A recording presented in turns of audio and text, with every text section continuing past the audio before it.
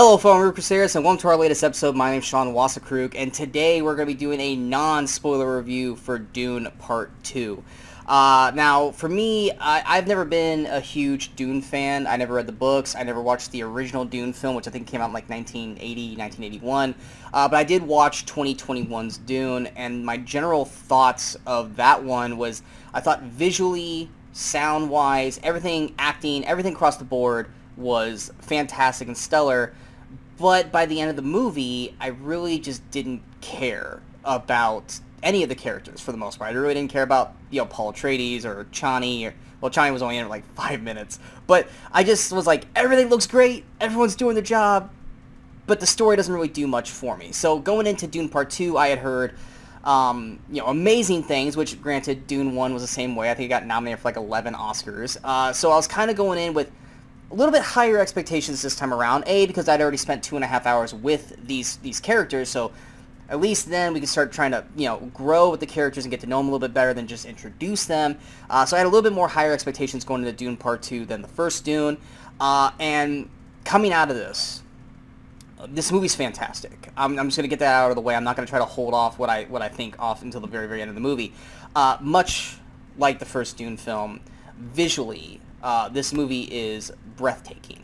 If you have an IMAX near you, which sadly I do not, this is a must-see in IMAX theaters or any top premium screens that you can get. It is worth the money to go and see these breathtaking visuals. Yes, I know it's just sand, but the way it is shot is gorgeous. When we do get to go to the Harkonnen world, the black and white aesthetic, which in the trailers, I didn't know it was going to work, but it makes it make sense. It is hauntingly beautiful through that as well. But every shot in this movie is top caliber. Also, I don't talk about this a lot on these reviews, but the sound design and the score from Hans Zimmer in this movie is fucking amazing. I mean, it was really good in the first Dune, but there's so much more that he does in the second film that is just insane. I could listen to that score. The opening scene, there is some sound design about what happens in that is just hauntingly awesome in the best way imaginable. So on a technicality level, Denis Villeneuve utterly destroys this movie, and I expect Dune Part 2 to also be right up there with the Oscars next year with 11 or 10 plus Oscar nominations, and whether they win or lose, it's an entirely different story, but they are definitely deserved, more so than in the first Dune film. Going into the characters, in terms of the story, pretty much takes place almost right where the first film left off, maybe a couple hours or days later. We're following Paul with his mother Jessica, with the Fremen, still being hunted by Harkonnens and everything from there. And as we progress through that story, we are seeing Paul adopt and adapt to this persona that he is, I'm going to say this wrong, Liz Abel Agayi. I totally butchered that, I apologize. But basically, the Chosen One. And his mindset is, I'm going to use this to get the Fremen to rally around me so I can get revenge on the Harkonnen, but I know I'm not the Chosen One. But as we see progressively throughout the film, more and more stuff starts happening, and the belief and the suspicion of whether or not he is or isn't really starts to show forth. And that's something that really, really works really well in this film, is this philosophy approach of, do you want to believe the religious undertones of what Paul could be and potentially is, or is it all just smoke and mirrors being, perpetrated by people in the film to try and make it something bigger than it is, so that way everyone falls in line? And it woes between those beautifully through this film. Timothée Chalamet puts on a masterclass performance in this film. I think his emotions throughout the film of Paul, he's on this one-track mind of trying to get revenge for his father, but he falls in love with Chani, which that's not a spoiler. We pretty much kind of knew I was going into the end of the first Dune film.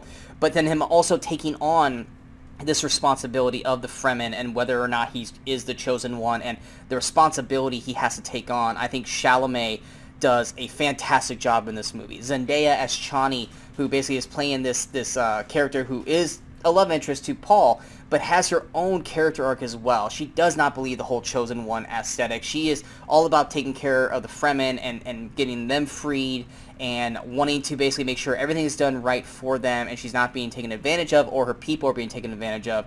And I feel like some of the best scenes of the movie is her and Paul's, conversations, interactions with each other. I think this is probably my favorite performance from Zendaya, also of Chalamet. Rebecca Ferguson as Jessica, she is hauntingly amazing in this movie. This is easily her best performance since she played Rose the Hat in Doctor Sleep, which that one still is my favorite performance of hers. Javier Bardem as Stilgard. He was great in what we got to see of him at the end of the first Dune film. He is even better in this. He gets some levity, some comedy in the movie, which is very welcome because this is a very dense, very serious film, and he brings that liveliness to the role when it comes in. And when it does come, it is a welcoming surprise because you're not prepared for it. He's great. Josh Brolin as Gurney, he is even better as he was in the first film. He kind of plays kind of the devil on Paul's shoulder, who's really wanting to go to war, much like Paul, and then you have, everyone else kind of pulling Paul every which way. Josh Brolin's always great. He's fantastic in this. Florence Pugh and Christopher Walken, they play the Emperor and Princess Ulan. I probably said that wrong. Much like in the first film when they were introducing a bunch of characters, they don't get a lot of time on screen.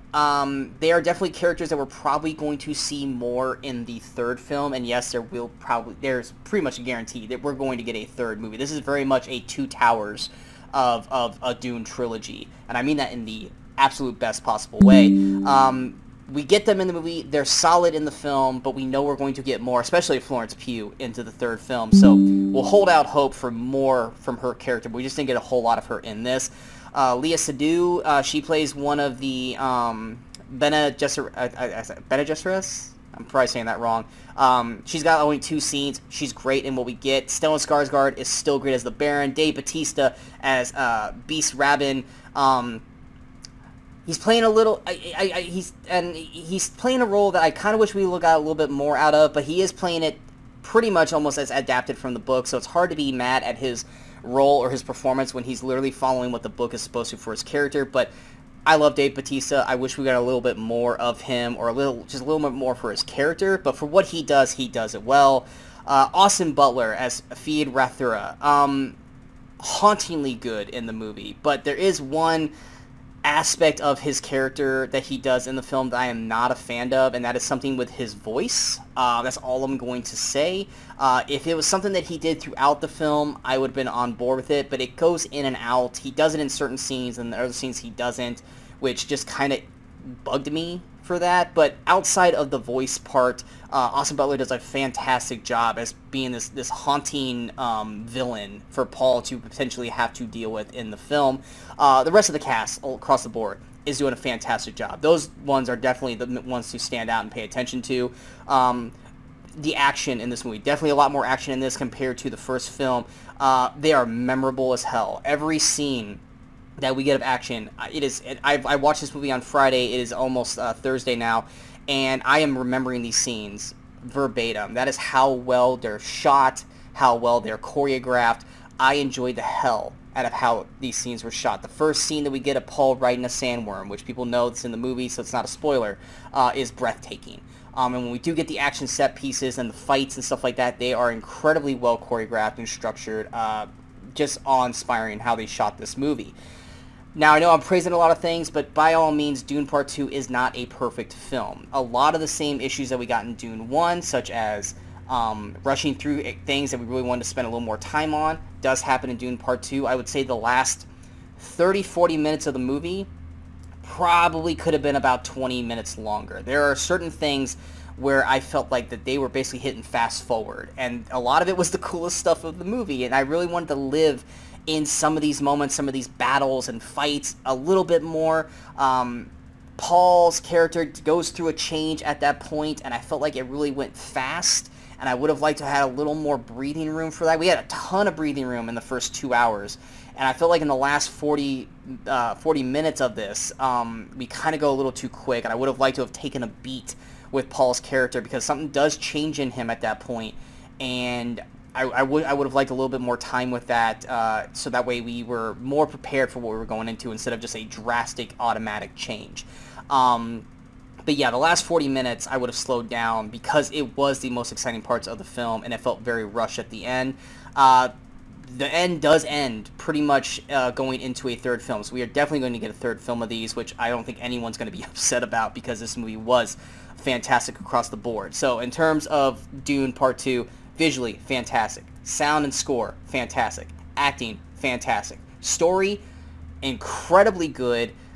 Could have slowed down a little bit on parts. Maybe could have done the pacing a little bit better. We do spend probably about a good 40-45 minutes at the start of the film on Arrakis, and then we spent about 20 minutes on the Harkonnen planet, which, like I said, hauntingly beautiful. I would have probably interwoven them a little bit better in that first hour, so we weren't just there for 40 plus minutes and here for 20 minutes. Like I said, that's a pacing thing. That's a nitpick for me. I think a lot of people may probably have liked it the way this was shot. I would have just interwoven them a little bit better. But at the end of the day, Dune Part 2, it is the Empire Strikes Back of the OG Star Wars. It is the Two Towers of the Lord of the Rings trilogy. It is the dawn of the Planet of the Apes and the Planet of the Apes trilogy. I usually am more a favorite of the second films of a trilogy, more so than the first or the third one, and it could very well be that with Dune Part 2. I loved this movie. It's not without its faults, but it is fantastic across the board. I strongly recommend you guys check this out, and if you can get it in IMAX, definitely check it out in IMAX. It's worth it. I wish I had IMAX. I didn't, but while watching the movie, I knew what I was missing by not getting this in IMAX. So for me, I'm going to give Dune Part 2 a 94%. I cannot wait to see what they do with the third Dune film, whether it's 2 years or 4 years from now. I am going to be there day one to see what we get with this story of Paul and Chani and the rest of these characters that now, after Dune Part 1, didn't really care about, but now I am fully invested in all these characters and what's going on in Dune, Arrakis, and everything going from there. I hope you guys enjoyed this review. If you guys did, go and hit that like, share, and subscribe button to the channel so you guys stay up to date with all the latest videos pop up on the Movie Crusaders. And of course, we have to follow us on those social media outlets you see below. Coming up next, Brian Michaels and myself will be back for the Movie Crusaders chat about. We will be doing a spoiler review for Dune Part 2, as well as talk about all the latest movie news and trailers and other films that we watched over that time. The Oscars are this weekend, so if you guys are interested, we shot our own Oscars episode where we talked about who we thought would and should win the main 5 awards, as well as who we think should have been nominated and won for those main 5 awards. So check out that video when you guys get a chance. Coming out this week, we've got 4 movies. We got Ricky Stenicki, we got Kung Fu Panda 4, we've got Imaginary, and we've got blanking on the 4th film all of a sudden. It's going to come to me after I finish this review, which is going to annoy the hell out of me. What was that? Damsel. Oh yeah, Damsel on Netflix. Thank you to my lovely girlfriend for reminding me that. Next week after that, not a whole lot, but in 2 weeks we will have Ghostbusters Frozen Empire. So we are now finally getting into the thick of the movie season. January, February, not so much to talk about. We are now fully getting into about the brink of summer movies, where we're going to have tons of reviews, tons of videos on the channel, so hope you guys stay tuned for all that. Until next time, in case I don't see you, go watch some movies and go have some fun.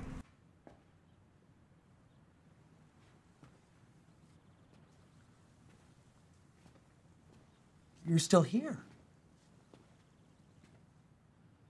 It's over. Go home.